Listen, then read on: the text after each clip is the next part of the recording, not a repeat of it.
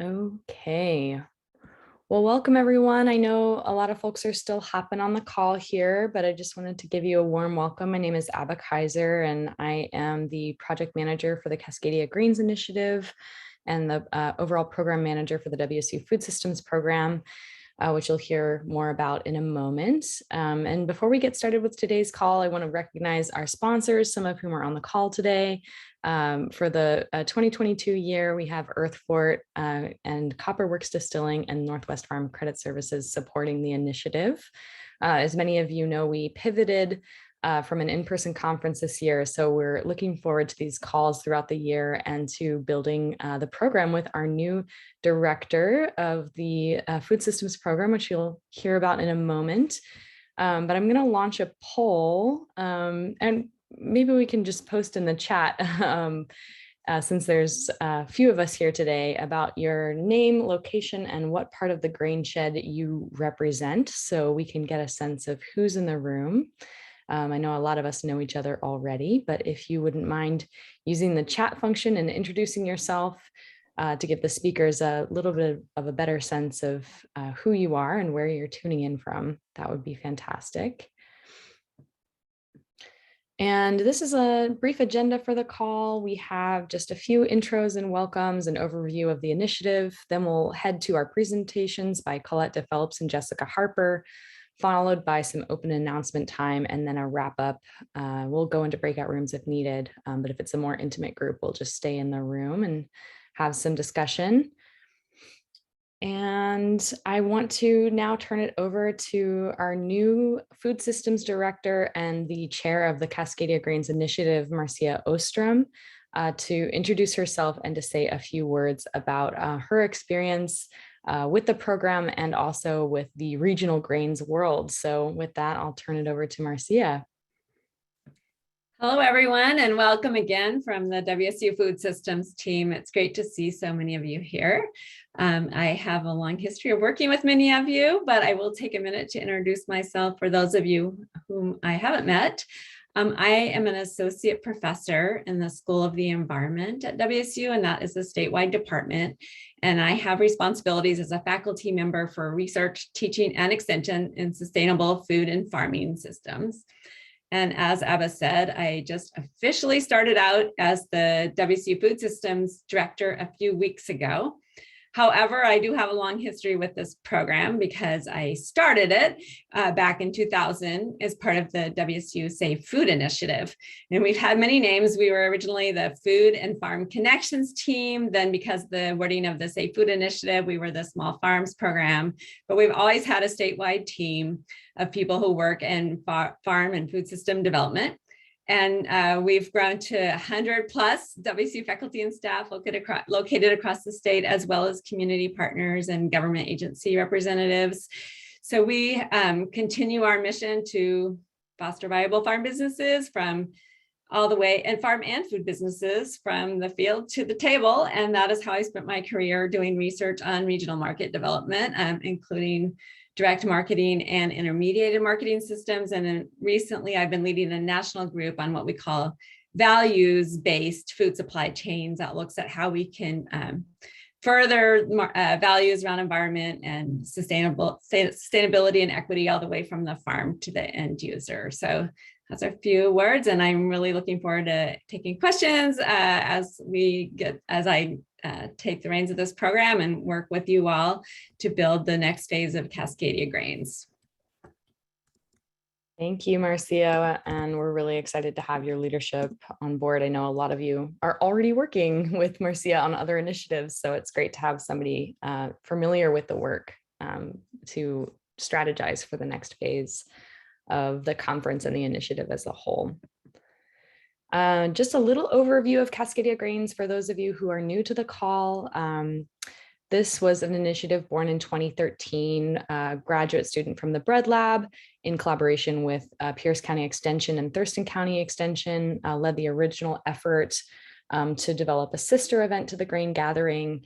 And that was back in 2013. So as you can imagine, it's grown since then. In 2020, we were able to meet in person right before the lockdown, and we're able to survey folks during the lunch session around their values. And we took this wheel and we really use this information to guide the decision making and the processes within the initiative. So taste and flavor, cultural relevance, environmentally sound practices, domestic, local, and regional markets, health and nutrition, and equitable access. So that's the lens through which we push all of the events and educational learning opportunities that we provide through. I wanted to make you aware, if you weren't already, of the Cascadia Grains Regional Discussion Listserv. It is an unmoderated discussion listserv, and you can sign up using the link below. This is for, I get inquiries all the time of, do you know anybody who has 16 pounds of spelt that I can use for a last minute bake-off, things like that. This is a way for you to tap into the greater community. So please use this resource as you are able. And before we get started, I also just wanted to mention that we are just one of many initiatives throughout the nation doing this work on small scale, regional, culturally relevant grains. Here are some of the other partners that we are aware of. If there are some other folks that deserve to be on this list, please let us know. And if you want any more information about any of these partners, feel free to reach out. We've been in contact more closely throughout the pandemic to collaborate and work on different grant proposals together and provide different opportunities. So we're really appreciative, especially of our friends at the Appalachian Staple Foods Collaborative, for continuing to publish their newsletter, which really tries to encompass the work of all of these folks through a really strong racial justice lens as well. And with that, I'm going to turn it over to Colette DePhelps from the University of Idaho to talk a little bit about her work and especially about the upcoming event in Moscow, Idaho, and Pullman, Washington on July 7th and 8th this year, which will be an in-person event. I know everybody's really thrilled to be getting together and sharing a glass. And so with that, I will stop sharing my screen and pass it over to Colette. Welcome. And we've got you muted, but you won the prize. Okay, great. Thanks, Oba. I'm really happy to be here today. I'm really delighted, Marcy, that you have become the head of WSU Food Systems team and chairing Cascadia Grains work. I've really enjoyed working with you over the years, and I'm excited to be working with you again. I'm going to be talking about our Inland Northwest Artisan Grains work, and this work is in some ways a sister or a kind of regional offshoot of Cascadia Grains. It came about in 2018 through a lot of community conversations, many of those led by Colleen Kerr at Washington State University, and many community members here in Moscow who are really involved in the local food scene, and then also across the border in Idaho. What ended up coming out of those conversations was our community's passion for local food and wanting to see more programming that celebrates grains and the grains grown, particularly in the Inland Northwest. In 2018 and 2019, we had 2 conferences. And then, as we all know, the pandemic hit. So what happened when the pandemic hit is we had planned an event that was going to be really diving deep into unpacking the Grain Shed, which is a cooperative bakery and brewery in Spokane that really is a value-based supply chain. And so we decided to pivot and move from looking at having an in-person event that would do this deep dive to developing a podcast. And I was really lucky and appreciative to have an intern at the time that is now working with me full-time, Allie Schulteis. Allie was at University of Montana getting her master's, and she became our Inland Northwest podcast coordinator and did the podcast as her part of her project for her master's program. So we developed a podcast series called Unpacking the Grain Shed. And as I said, it was looking at the value-based supply chain of the grain shed in Spokane. And that podcast really looked at each step, starting with talking about this movement around artisan grains, moving into talking about seeds, looking at how culinary and personal heritage relates to artisan grains, and then through the actual production, processing, and use of the grain in terms of value-added products. We had 18 different guests in our first season, and while you see a few of the numbers here from SoundCloud, I'll show you later how many people have actually listened. SoundCloud is only one of the platforms that the podcast is on. It is on all of the major platforms. We moved into our second year and decided to really explore the world of field to flower. This is something that we're really seeing bloom in our local markets, whether that's a local bakery or at the farmers market, where farmers and small artisan bakers are developing direct relationships. And so we decided to do a paired exploration of these relationships. And so when we're doing the podcast series for this year, we're starting with the farm and looking at why are people moving into this area of growing grains specifically for flour, then moving through looking at what does that take to get that product from the field into flour, and then from flour into the bakery. So we have paired episodes talking about production, and then talking with at least one of the customers that's using that product. So I'm just going to quickly go through and show you who has been guests on this year's podcast series so far. So Brett Stevenson and Philip Massey. Brett Stevenson is in central Idaho, the Sun Valley area, with Hillside Grain, which is about a 2,000 acre grain farm. And she has moved several of the acres of her family farm into artisan grain production and has put a mill on her farm. And then we interviewed Philip Massey, who is with Bread Riot Bakery in Salt Lake City, about using that product. Oops. I think that is something that, did it just pixelate on you all? It did. Okay. Is this where Allie jumps in? This is where Allie jumps in. Sorry, everyone. I just got a new Mac computer and I'm not sure why it has that problem. So Allie is going to pick up where I left off and show the next slide. Okay, just a sec.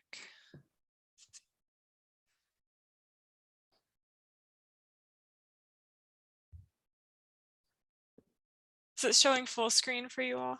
Looks great. It is.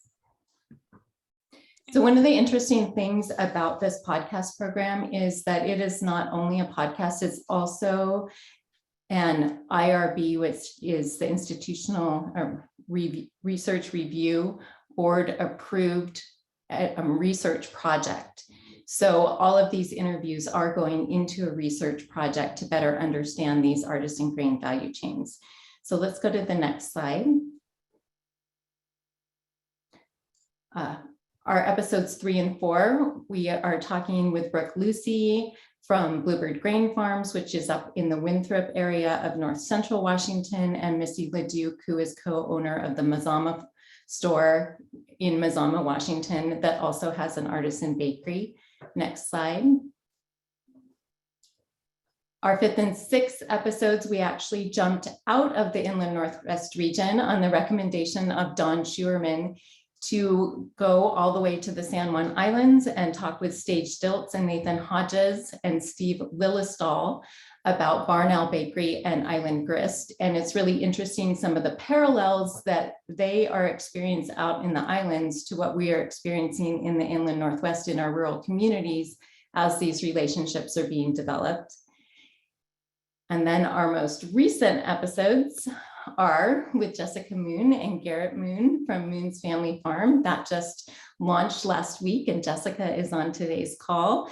And yesterday we recorded an interview with Angela Cora from Ethos Bakery. Ethos is in the Tri-Cities, and that is going to air next week.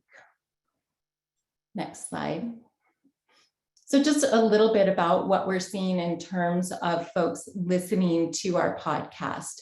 We have had almost 2,000 downloads since we started the podcast July 1, 2020. And as you can see from this graph, around December 2021, we started to see a pretty good increase in the number of people that are listening. We do a lot of promotion, with really Allie being the head of that, through social media and trying to really get the word out. But we're really excited to see that listeners are growing. Next slide. And to know that people are really actually listening across the world. So this information that we have right here is through Buzzsprout, which is the RSS feed that is actually pushing our podcast out to many platforms. And so when you add all the metrics that Buzzsprout gives us with what we get from SoundCloud is when we reach that about 2,000 mark. Next slide, please. You know, what we're really hearing from our podcast guests is that there's a lot of shared and compatible values that are behind why people are developing these relationships around the artisan grain supply chain. One of the things that comes to the top is flavor, that everyone is motivated by flavor. Farmers are motivated by the flavor of their grains as well as their customers. Also, that craft is really important and that there's a real art to everything with the grains. Health is a motivator, environmental stewardship. Many of the farmers, well, actually all of the farmers that we have talked to are really committed to regenerative agriculture and are really doing amazing things on their farm to protect soil and really working in the confines of whatever their climate and soil is. People are really focused on a return on investment, not only in their own enterprises, but also in the enterprises of their partners along the value-based supply chain.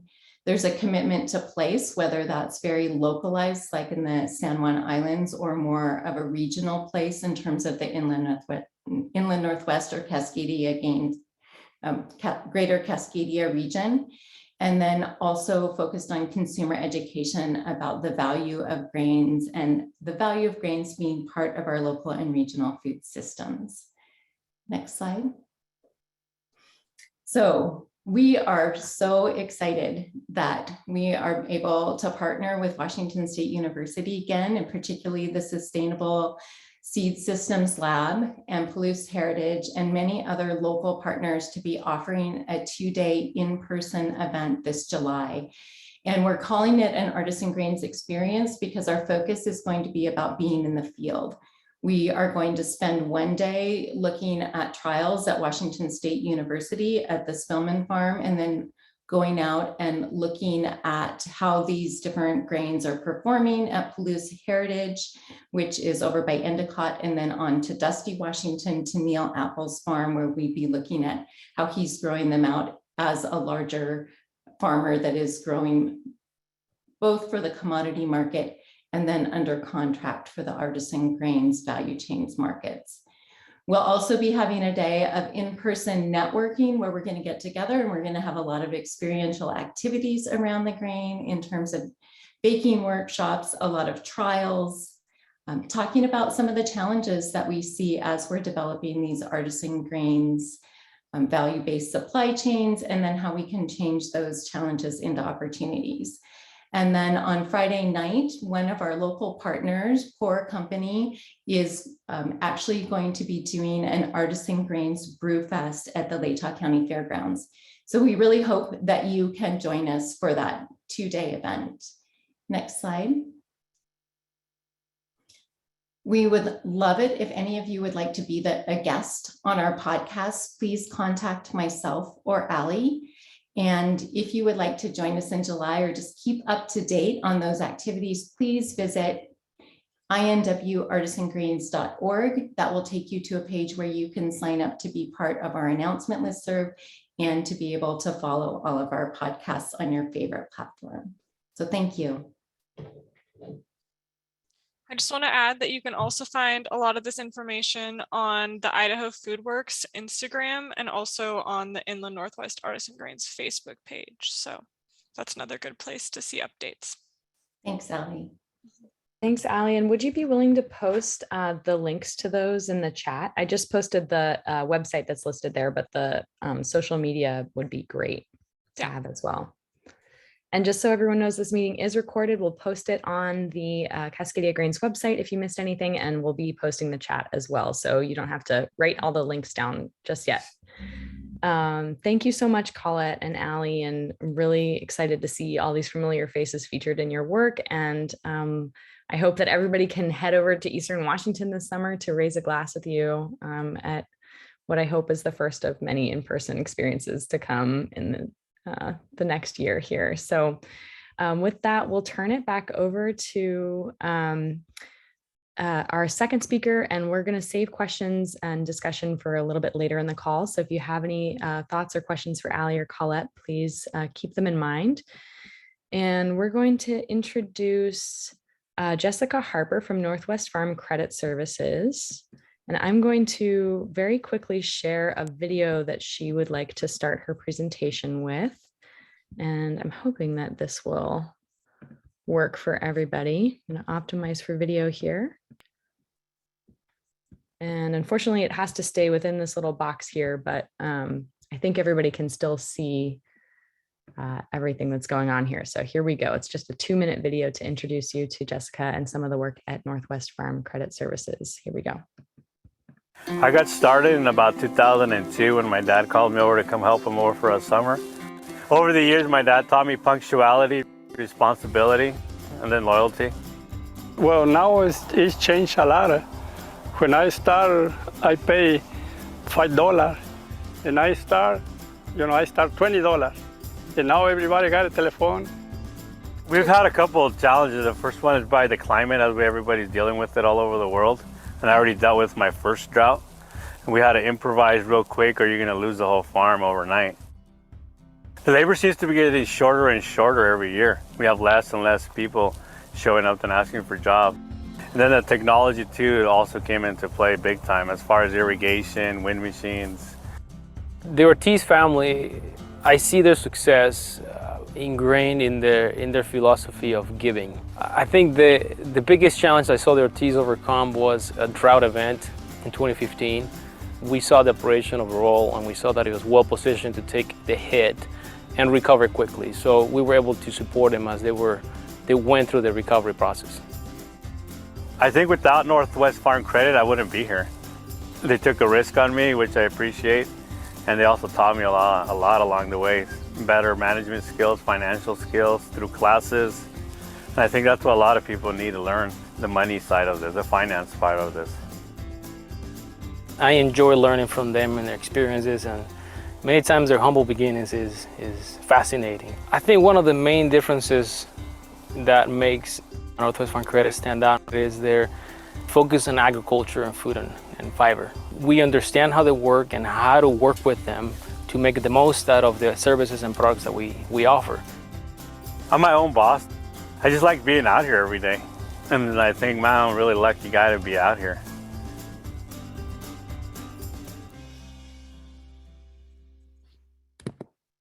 Thank you for playing that for us today, Abba, and I'll go ahead and share my screen.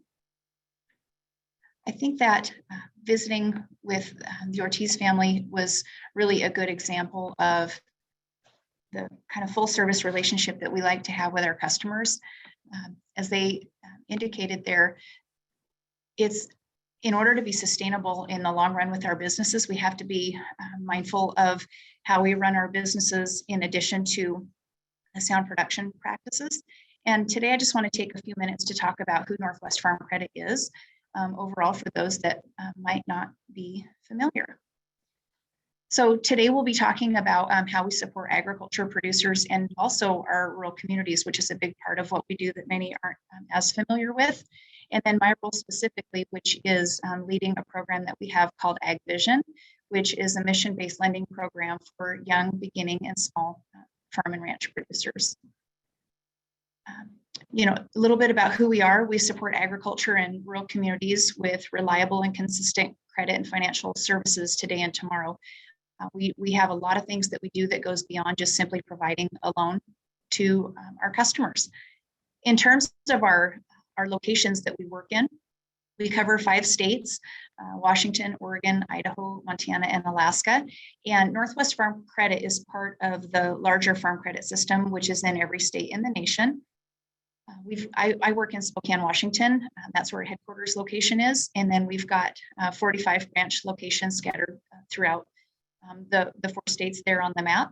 We've got little over 800 employees right now, most in our field-based locations. And we also serve folks in the crop insurance side too that might not have a loan but just have crop insurance with us. So we are so lucky where we live based on our geography and the diversity of agriculture that we have in this region. And we get to work with an amazing group of farmers, ranchers, and folks in commercial fishing, as well as forest products, rural homeowners, and cooperatives through that. While primarily the work that I do focuses on the first 3 items here, the farmers, ranchers, and commercial fisheries, we do have a large book of business. Colette, you're representing Idaho. We've got a very robust timber business in Idaho, as well as Oregon and Washington, and get to spend some time with folks that are in our food and fiber industries. We service folks that are looking to maybe buy a 40-acre farm or ranch, but maybe don't want to be a full-time farmer or a part-time farmer. And so we get to meet with people that are doing that. And certainly since COVID, we've seen a strong transition of folks from more urban areas to rural locations because they can work remotely. And then thinking about being here on the Artisan Grains call today, we work with many of our cooperatives, and it's exciting to see the movement in startup cooperatives too, especially in the small food space. In terms of what we, the core part of our business, we obviously have real estate financing for those that are leasing, as well as own their own farm ground. We offer operating lines of credit. We do equipment financing, and also crop and livestock insurance, and our country home loans. What makes us different is that we are a cooperative, and we focus only on the food and fiber part of the industry and agriculture. We were formed by Congress in 1916, and that we have a strong charter that we follow, and we stay even-handed through commodity cycles. We don't go in and out of certain industries when times are better than others. We stay with our customers through thick and thin, and that's part of our mission. And the work that I do with our young, beginning, and small farmers has a strong mentorship component to it. We want to make sure that we help our farmers get started with financial management skills. We meet with them in person routinely to help them when they have questions on getting their business going. And our co-op structure, I think, is wonderful because our members and our borrowers make decisions for how we should be conducting business. And it's wonderful. We've got a local advisory committee that is scattered throughout the 5 states, and they share with us market conditions and things that they're seeing and trends. So it really helps chart the way forward with their needs in mind. And as I mentioned, we're part of the larger farm credit system. A very large component of what we do is working in the Business Management Center. We've got a team of economists and others that host events. And for those of you that might be interested, we've got a wide spectrum from beginning financial education to economic updates, market insights. All those things are recorded and on our website. And we also help with succession planning. We've got several folks that work on that. We offer retreats that are multiple day and also longer multi-week virtual events to help folks transition through succession planning. And I'll skip through these slides really quick. I wanted just to give some background for things that we do just as a cultural perspective and what it's like for us that work here. The company really supports that we help our rural communities, not just again in the farm and ranch space, but making sure that those of us that live in rural communities have a robust place to live. And we've got a rural community grant program that helps not just in the farm and ag space, but also through libraries, hospitals, healthcare, important services that folks need in those rural communities. We volunteer in Ag in the Classroom programs. We also have paid volunteer time. We want to get our people out in the communities and serving and giving back. We spend a lot of time with food banks. We've got a robust scholarship program that we offer throughout the association that goes from high school kids to those that are seeking advanced degrees. And those are available for our employees, our customers, and those in the community. We also have a strong stewardship mission and want to help our returning service members get started in farming. And we also support nonprofits that are assisting veterans with services, not just for farming, but also for healing once they return home. So for instance, I think about the Farmer Veteran Coalition, our multiple state chapters that are forming. We're involved in those monthly meetings and also offer support in those areas. We've helped with providing input on their business plans and things like that through their fellowship fund. It's exciting to see the number of returning service members that are interested in farming and ranching. We also help our kids and helping them get started in agriculture to ensure that we've got people that want to be farming and ranching in the future as our existing population gets older. So we spend a lot of time with programs like 4-H and FFA and helping those kids succeed in those programs. And lastly, wanted to talk about Ag Vision. Ag Vision is a program that we have for young, beginning, and small farmers. That's the program that I work with. And that's a program that offers benefits to those that are starting in farming. We offer waived fees for things like origination and appraisal, reduced interest rates. So actually, even though the risk profile of a customer might be a little bit higher, if you're young, beginning, or small, we will reduce that interest rate just to help you with your payments, the amount of interest that you'll pay.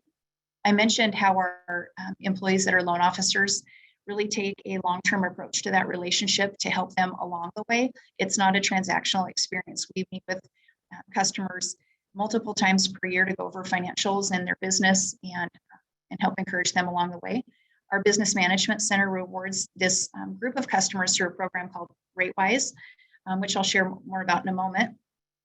We have technical and educational vouchers. So if somebody needs to go buy a computer, a GPS, a commercial incubator, et cetera, we've got funds available for those. Our RateWise program offers an additional reduced interest rate if you obtain educational. You go to different courses and you can get credits. And then our underwriting guidelines are also less stringent because we understand that things are very expensive and the balance sheet of a young, beginning, and small farmer is a lot different from someone who has been farming for a long time. So we reduce those. So these are the criteria for what it means to be young, beginning, and small. And a producer only needs to meet one of these criteria to be eligible for the program.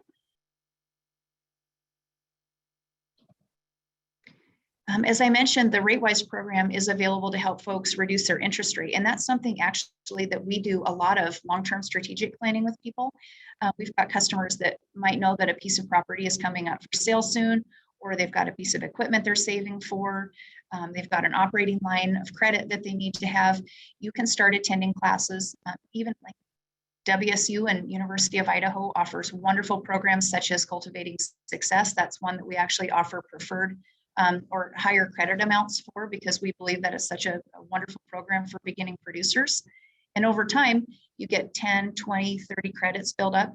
You can actually earn up to 0.75% interest rate reduction for 3 years. And, as expensive as things are, especially if we look at real estate, for instance, 0.75% interest rate reduction for 3 years on real estate is actually a substantial interest rate savings. And this program is only available for our Ag Vision customers. But if you're interested, you can actually register now. You don't get a bunch of emails. In fact, you won't really get any emails, but it does show you how you can log your credits and you earn those over time. We've got about 1,000 folks that are enrolled in that right now. And probably a third of those are not customers, but they know that they're going to be making a purchase in the future. So they're thinking ahead and want to be ready when they can use the credits. And lastly here, I want to just share a product that we have that we're really excited about. It's called Jumpstart. And we all know how expensive it is and how hard it is to get started in farming. And we want to help producers that are young, beginning and small with this program. And so the loan amount maximum is $150,000. It's an interest-only loan for 4 years, and it needs to be paid off at the end of the 5th year. It's specially designed for people that maybe don't yet meet underwriting criteria for the Ag Vision program, but they have a strong business plan, they've done their homework, and they've got a feasible plan that in the next 5 years, they know their business is going to grow.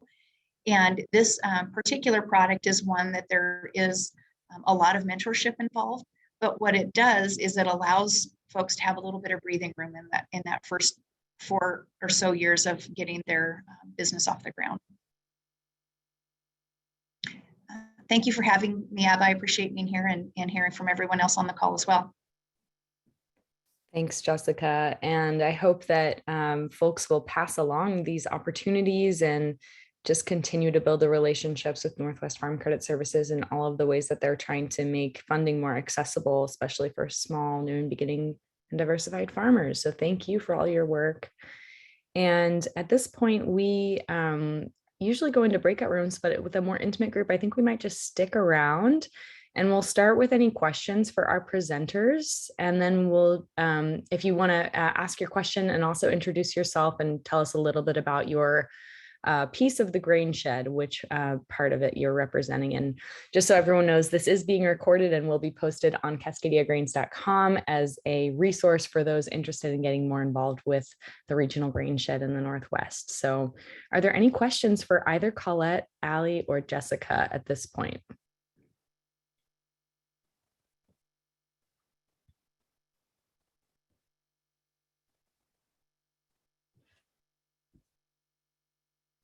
You can use the raise hand function or you can unmute yourselves.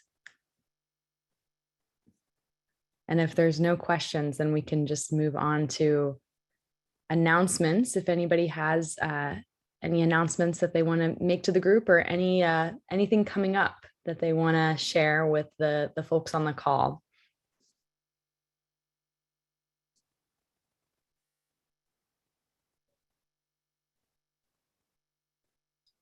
I have a question for Jessica. Great. So Jessica, yesterday, Angela was talking about you are going to have a goat yoga event at your farm. Can you tell us a little bit more about that? You said goat yoga. Not aware of any goat. It's not goats. We welcome goats. If there's going to be some, that would be really cute. Yeah, so Ethos is going to come to the farm and do some yoga and grain tasting. I think there may be some coffee tasting too. But yes, that is scheduled for about May 1st. And yeah, we're just going to find a really pretty spot on the farm where they can do some yoga. But we've done several grain tastings with them before. We've done one with coffee and one with wine, and they were a lot of fun. It was really cool. So yeah. And Jessica, would you mind just introducing yourself and where you're tuning in from? Yeah. I am Jessica Moon from Moon Family Farm. I'm near Tri-Cities, Washington, in a little place called Horse Heaven in the country. Dryland wheat farmer. We do no-till farming and focus on sustainability. And I got kids in the background. Full time. Awesome. Thank you so much. If you want to post, if there's a link to the yoga or the tastings, please let us know if you want to post it in the chat. Oh, great. Yes, I will find something. Thank you so much. Awesome. And at this point, we'll move to our I'm just going to start calling on folks. And I usually like to start with the farmers. I know Prior, you're a farmer. I just want to put you on the spot if you're willing to just share a little bit about what's going on in your world right now. Sure, Abba. Yeah, I'm a farmer. I grow certified organic grains in Western Oregon, far away from the Palouse and Southern Idaho, but it'll grow here too. It's definitely spring for us. We've broken the cold weather barrier. The fields have all flushed up and are looking good. Many of my neighbors and I are suffering from dirt fever, where we really want to get out and stir some dirt, but it's a little too wet still, so we shouldn't, but we do anyway. I was fortunate to have a whole lot of grain in the ground last winter that's made it through well. I was unfortunate in that all of it is already sold. So the run up in grain prices that we've seen recently because of the events in Ukraine are, well, they're not making any difference to me, other than wishing that I had hung on to more of my own. I'll be putting more grain in next fall, I mean. Standing up a small seed cleaner in the next couple of weeks to not only clean and save my own seed, but perhaps to do some seed cleaning for other certified organic producers in the neighborhood. Not a lot of cleaners around here. And generally just looking forward to some warmer, drier weather. And I'll take questions if anybody has them. Yeah, I was wondering what kind of seed cleaner you're using. I bought a used clipper, relatively small one. The clipper has been making seed cleaners for, God, probably over 100 years now. Most of you know them as the great big wood framed ones that seem like they should shake themselves to pieces. And a lot of those are still working really well. They've started making ones on metal frames, and this is their third smallest frame. It's it can run 2.5 to 3.5 tons an hour, depending on how clean you're trying to get stuff. It'll work just fine for my operation. I'm just not that big. And I got it used back in Illinois from an outfit that brokers and renovates clipper and other seed cleaners and associated equipment. And if you ever are in the market for a seed cleaner, or if you have one that you're trying to unload, I'd be happy to put you in touch with them. They would be equally happy to help you with both. Awesome, Pryor. I don't know if they have any contact information you can post in the chat as well, but we can. Yeah, Justin just did it. It's Commodity Traders International in Trillia, Illinois, a lovely little town if you ever get a chance to go there and visit. Fantastic. Thanks, Justin.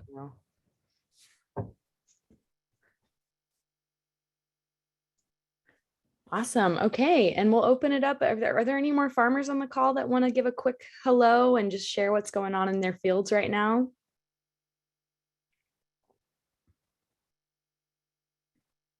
We'll open it up to other folks, and I'll start calling on people. If you don't volunteer, you know that I will. So feel free to just chime in and let us know what you're up to this spring. What's happening in your world?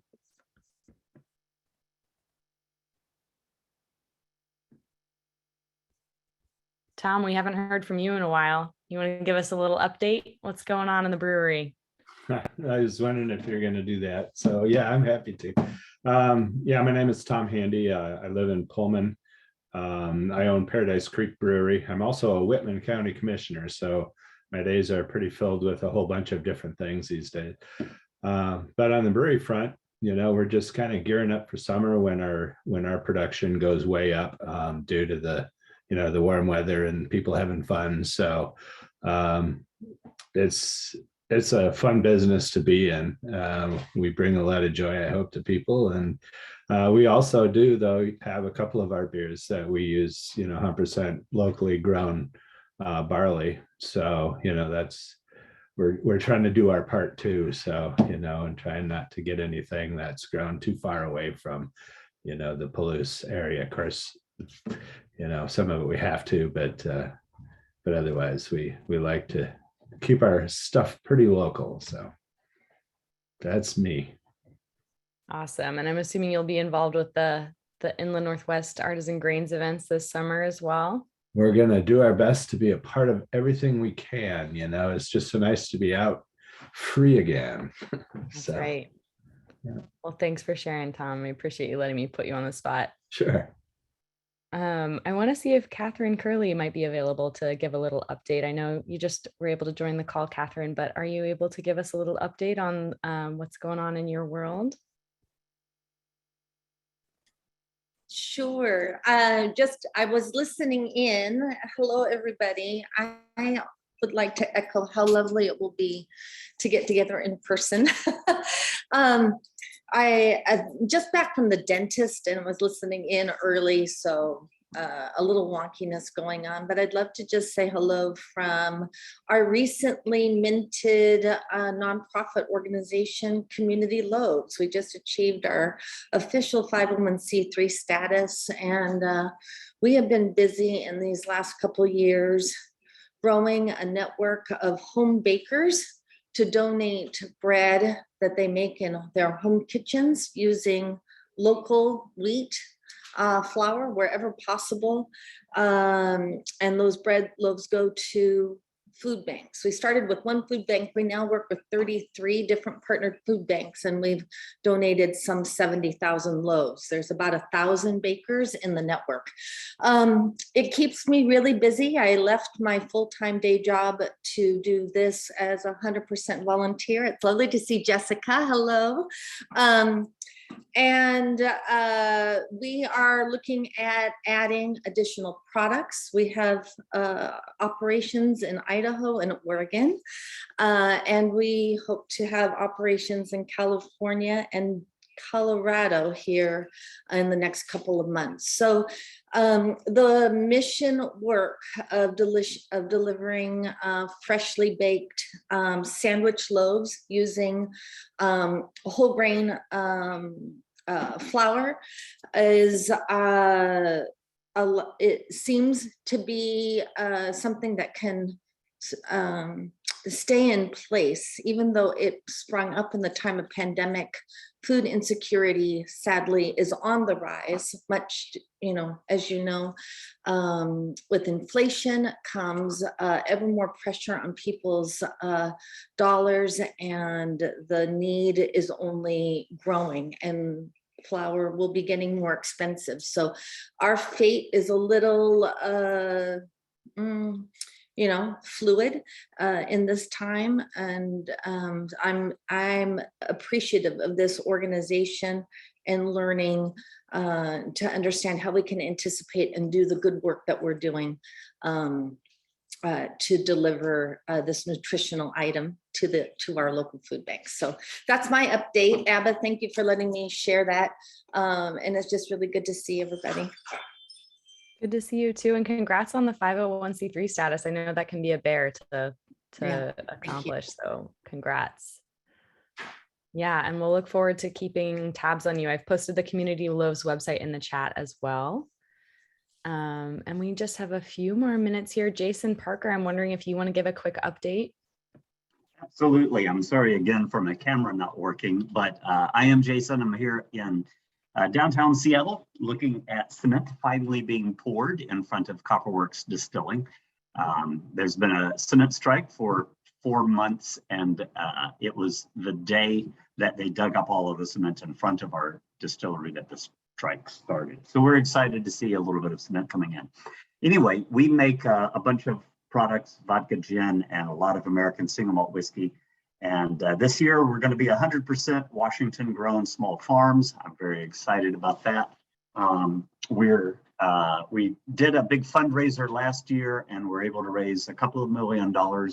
And we're using that money to build both a restaurant next door, a restaurant up in Kenmore, Washington, which is at the north end of Lake Washington, and then a extra production facility up there in Kenmore. We're not done raising money yet, so if later this year, if you want to become my boss, you're welcome to buy shares, and I'll report to you how we're doing. And we're starting to work on some contracts where we're actually sharing the risk with the farmers. This has always been my goal, is for us to be able to pay farmers by the acre instead of by the bushel or by the pound. And that way we'll be taking some of the burden off of the farmer and encouraging them to grow products that we both agree will work really well in their field, even if it may not have a commodity market. So that way we get the opportunity to explore new varieties and see how those taste on our nickel. So that's our update. Watch this space, and maybe next time I'll actually have a working computer. So thank you. Thanks, Jason. And we're looking forward to hearing a more in-depth update at a future regional call. I'm going to toss it to Justin O'Day. I know that there's a lot happening in your world in terms of grain trials and the Western Washington Collaborative within WSU. Is there anything you want to give an update on? Let me just shift the thing here. Sorry about that.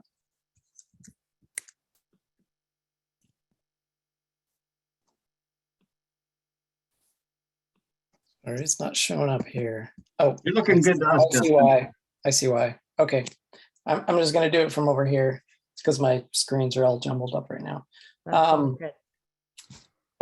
Yeah, so similar to what Garnett mentioned about the weather, we haven't had a break since probably February to dry out, so we really haven't been in the field much. What we do have in the ground right now is spelt. Kevin Murphy's Elwha River spelt. This is the second year we're growing it there, and we're really just doing, it's pretty informal, where it's not a comparison trial. We're just seeing how it's doing out here. And last year it did great. We have a whole bunch of seed, and we're going to give some of that away to some local distilleries, local bakeries, and we have one grower at least that's interested in trying it out. And yeah, we'll have it again next year. And we're also, I'm also involved with a trial with buckwheat and millet, but I'm just doing the buckwheat component in Vancouver. And we're going to host 7 varieties in this trial that are part of a project that's being led by Kevin Murphy and the Sustainable Seed Systems Lab. That's probably my best up-to-date information I've got for the moment. Awesome. And will you just do a quick intro of just who you are and where you're located? Yeah. Sorry about that. No worries. I'm with WSU Extension. I'm in Southwest Washington, based out of Vancouver, and situated on our extension office is located on a 79-acre property that's owned by the county that I have an active research and demonstration program at. So awesome. Thank you. I see we have a hand raised from Pryor. Yeah, Justin, I'm also participating in that buckwheat trial, as you know. And I'll throw this out for anybody who wants to mess around with some buckwheat this summer and fall. I'll be growing out a lot more than the research trial needs. I'll be doing 4 varieties, early planted and late planted. And I hope to have a few hundred, maybe 1,000 or 2 pounds of buckwheat at the end of it all. And if any the bakers, or for that matter, distillers here would like to play around with some culinary buckwheat, get in touch with me. You can, God, I don't know what the right way to get in touch with me is. I'll put my email in the chat. Sounds good, Pryor. Thank you. And I don't have time to put everyone on the spot today, unfortunately, but if anybody has a last, we might have time for one more announcement. I know we've got some new folks on the call. If you want to introduce yourselves, you're welcome to, but we've got just a few minutes left here. Anybody else want to give a quick announcement and a hello to the group?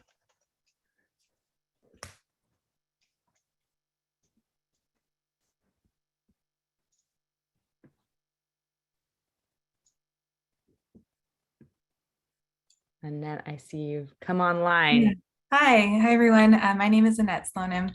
I'm new to this group. I'm part of the Washington State Department of Agriculture's Farm to School program, and I work on a new local purchasing grant. And we've seen some really interesting partnerships develop through the grant, where schools are partnering with local bakeries that are sourcing Washington grains to produce a product specific for their school meals. So I just wanted to share that.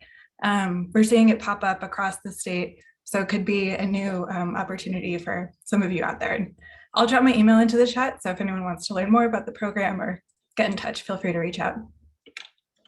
Thank you so much. That's really exciting stuff. And when maybe there'll be a time where we can hear some of the results of that work. Okay. And with that, I'm going to just share screen so we can thank our sponsors one last time. Big thank you to both Jessica and Jason who are on the call today, Copperworks Distilling and the Northwest Farm Credit Services for being sponsors of the initiative this year, along with Earth Fort as well. We look forward to hosting the next regional call on July 6th. And you can get in touch with us. That's my email there. I am the program manager for the WSU Food Systems program. You can follow us on social media. And we'll be posting this recording on our website, cascadiagrains.com, along with all the chat information as well. So if you missed something during the call, you can always check back and please share those videos as well. I want to give a big thank you to our speakers, Colette DePhelps and Jessica Harper. And I want to toss it back to Marcia Ostrom, our Cascadia Grains Conference Chair, in case she has anything she wants to say to close out the call. I don't have anything to say other than great to hear all of the things that you all are doing and really looking forward to the events that are happening this summer, especially the live event with Colette. Awesome. Thanks, everybody. Have a great day. Take care, everyone. Bye.